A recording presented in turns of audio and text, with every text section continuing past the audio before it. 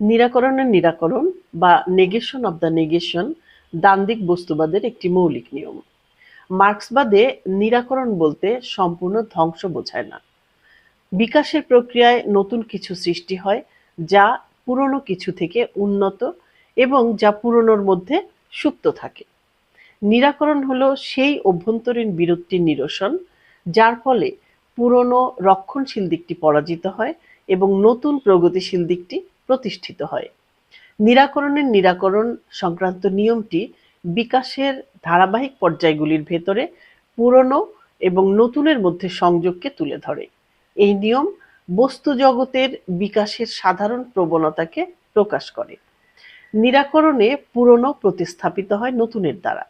অন্য কথায় বিকাশের একটি পর্যায় আরেকটি পর্যায়কে স্থান ছেড়ে দেয়। পুরনো থেকে নতুনে উত্তরণের প্রক্রিয়াটি দর্শনের দ্বান্দ্বিক নিরাকরণ বলে পরিচিত। বস্তুর ভিতরে বিপরীতের দ্বন্দ্বের সমাধানের মধ্য দিয়ে বস্তুর গুণের যে পরিবর্তন হয় তাকেই দ্বান্দ্বিক নিরাকরণ বলা হয়। যেমন সমাজতান্ত্রিক বিপ্লব সংঘটিত হলে পুঁজিবাদী উৎপাদন সম্পর্ক ধ্বংস করা হয়, কিন্তু উৎপাদন শক্তিগুলিকে বজায় রাখা হয়। বিজ্ঞান ও সংস্কৃতিতে যা কিছু মূল্যবান সেগুলিকে বজায় রাখা হয়।